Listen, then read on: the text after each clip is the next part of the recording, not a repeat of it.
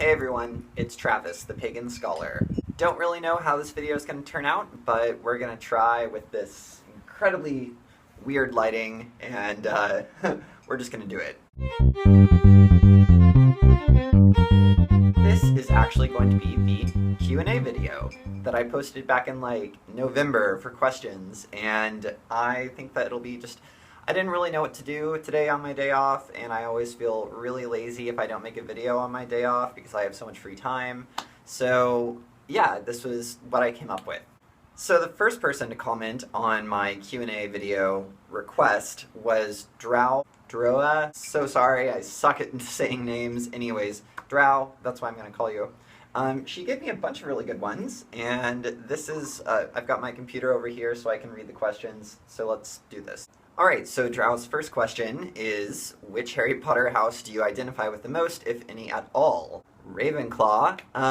Probably that's going to be my flat-out answer. I like Slytherin a little bit, but I like them all. How can you choose? But it would be Ravenclaw, absolutely. Her second question is multifaceted, you can say.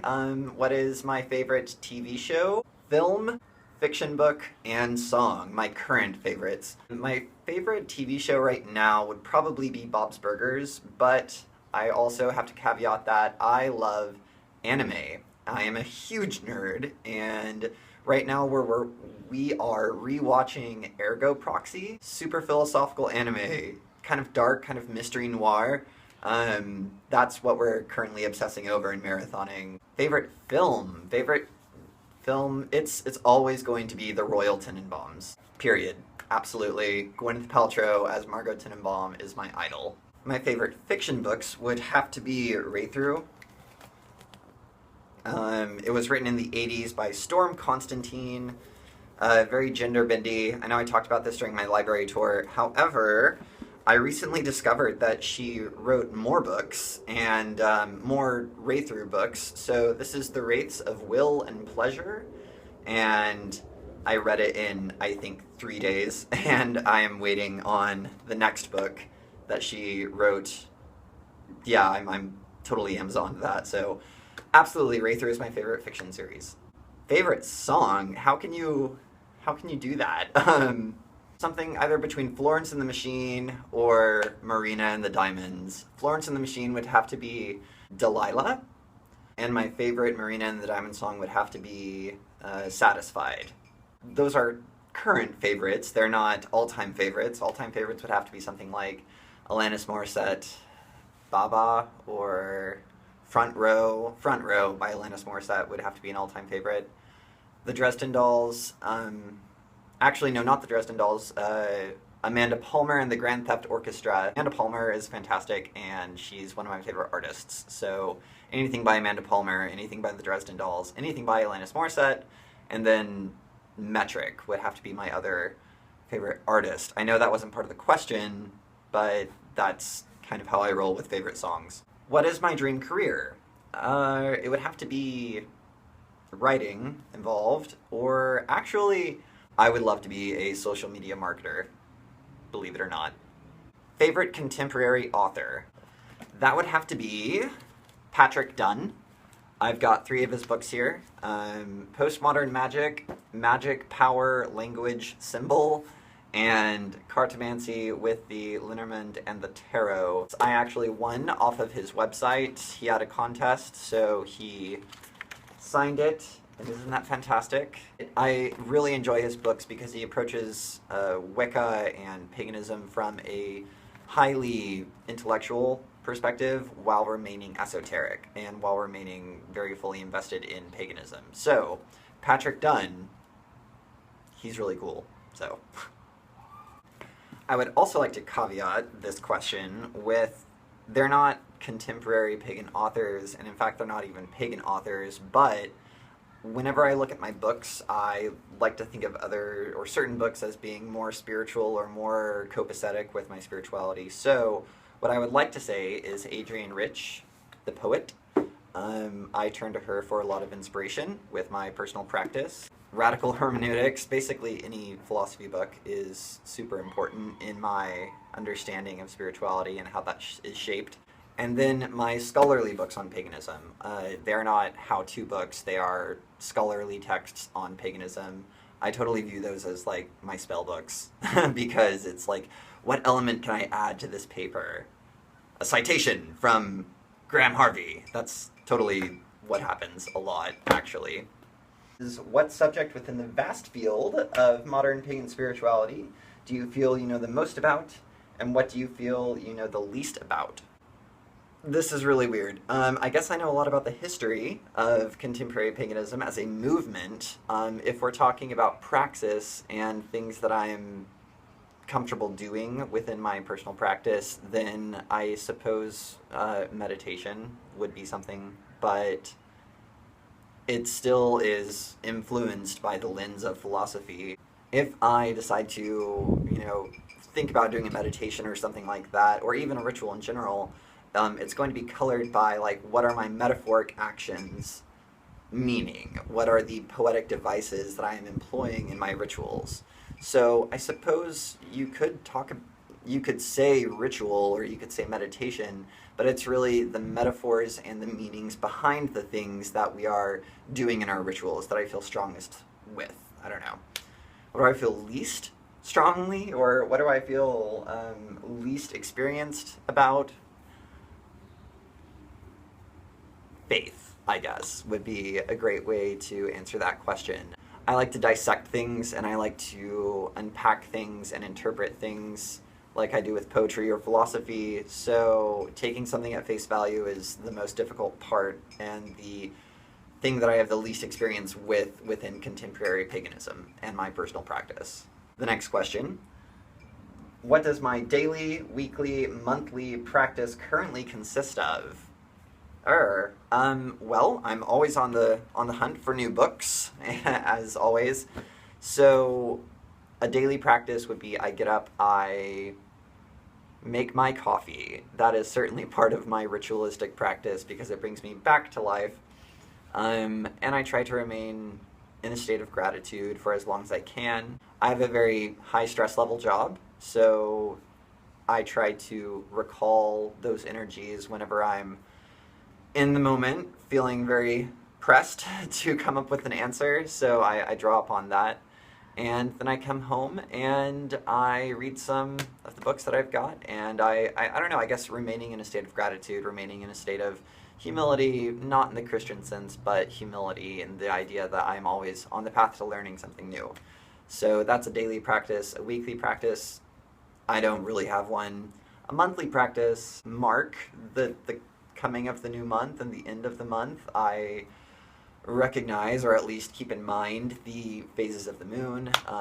They don't heavily influence my practice, but they definitely are present in my practice. So, and then her last question is, what are my best and worst experiences related to paganism?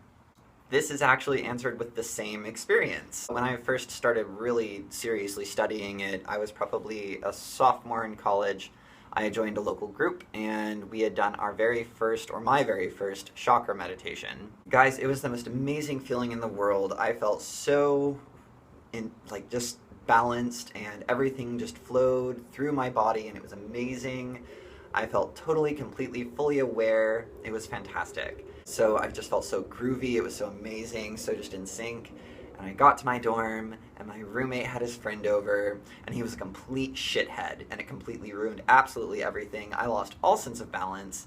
I was unable to find any sense of peace, and my high was just completely deflated.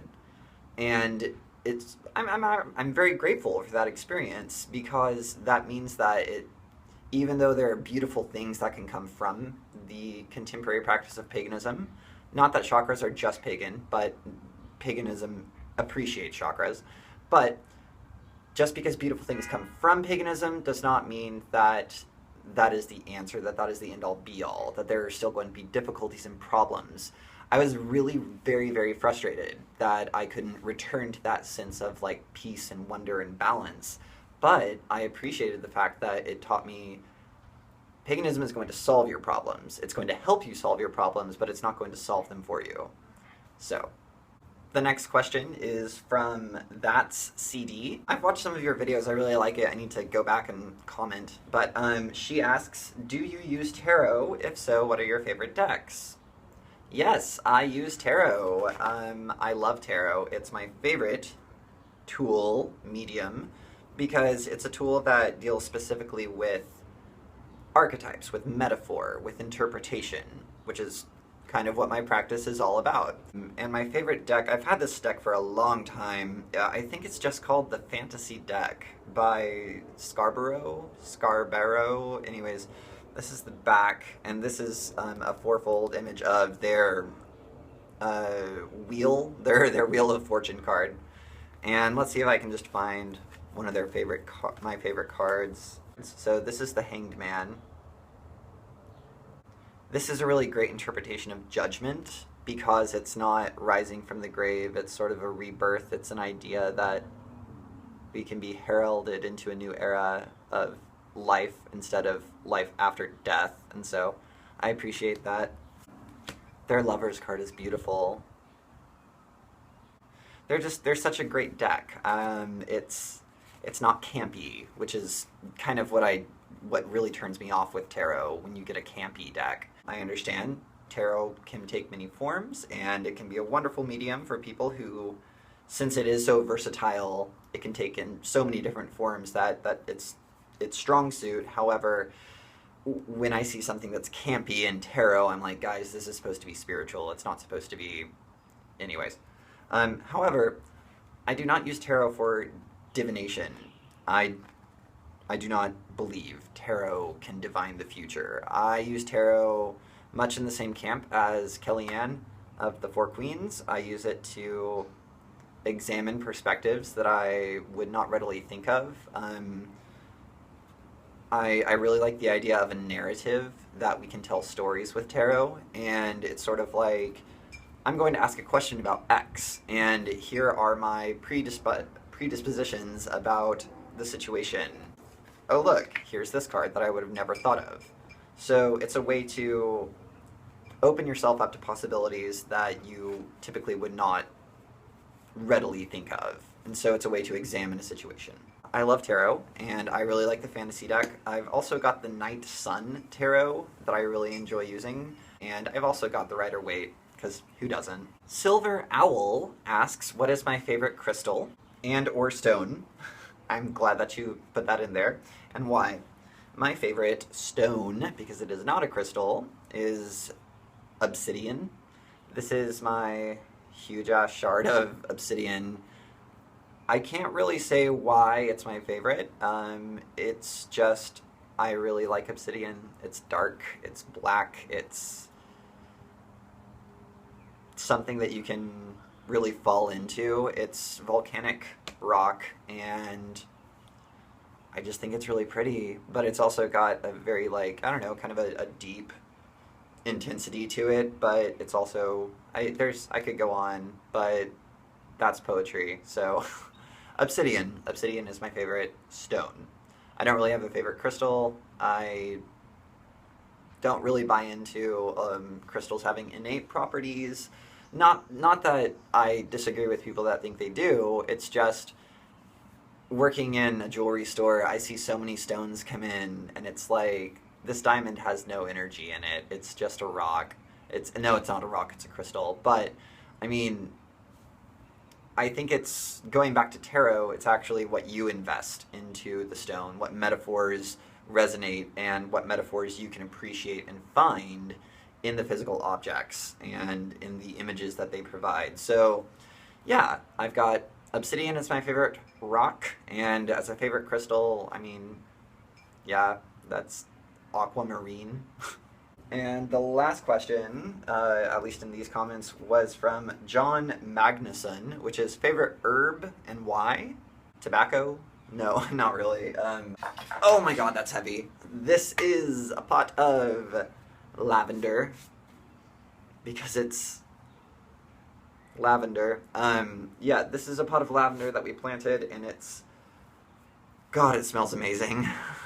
But, oh my god. Anyways, I like lavender, yes, because it smells pretty, but also because it's hella French. I mean, it's French countryside lavender. Have you ever read Perfume, The Story of a Murderer? Anyways, that it talks about lavender a lot. Lavender is definitely a favorite, and I also wanted to share that I recently watched Bitters and Broomsticks, Bitters ampersand Broomsticks, Bitters and Broomsticks, her videos on boozecraft and how to cleanse with alcohol. And so this is our little green bottle that we made inspired by her video, and it's vodka, which I agree with you, Bitters, I don't really like vodka at all. However, we put lavender and tea tree oil in the mixture, and it smells fucking amazing, and I use it to freshen up my clothes before I go to work. So, anyways, I don't really, God, I'm such a terrible pagan. I don't have a favorite herb besides the things that smell good. I really like cypress oil. We've got some mint over here somewhere. We have rosemary. Smells nice. Let's make it a favorite herb. Yeah, I don't really have a favorite herb other than lavender because it's French and rosemary because it's fragrant. Oh my god. Okay. Alright guys, that's all the questions that I've got right now. If you did like post a question but on a different video, hit me up in the comments below this one and I will do a part 2 I guess in a couple of months, and I can answer those questions then. I'm gonna start to pack things up. The soccer players are getting ready to practice outside. However, I did want to give you the takeaway that I am kind of an odd duck, I guess, in paganism. I don't want to sound vain and proud, like, oh, I'm so unique, I'm so different, but I mean, my approach to tarot cards, my approach to spell books, my approach to herbs and crystals, I don't really have a firm belief that they have innate qualities. I'm a firm believer in the idea that we invest the qualities that we gather herbs and crystals for. I think lavender would be a great herb for a sleep medication, for a sleep satchel, for a sleep working, but you know what? If I had a connotation of lavender being something completely different, like lust or hate or something like that, then I would invest that energy into that plant. So that's kind of my bag. That's kind of, to borrow a term from Kellyanne, that's kind of my bag. But that's sort of my deal. That's my whole thing, that we invest energy into something like we invest poetry. A poem can be anything to anybody, but it's going to be something to somebody. It's just not going to be the same for everybody. That was really guru baba bullshit, but that's kind of, my paganism is like poetry. So that was the most pretentious thing I have said today. Alright guys, I'm going to see if this video is worth salvaging and possibly post it, so I hope that you enjoyed this, and as always, merry meet, merry part, and merry meet again.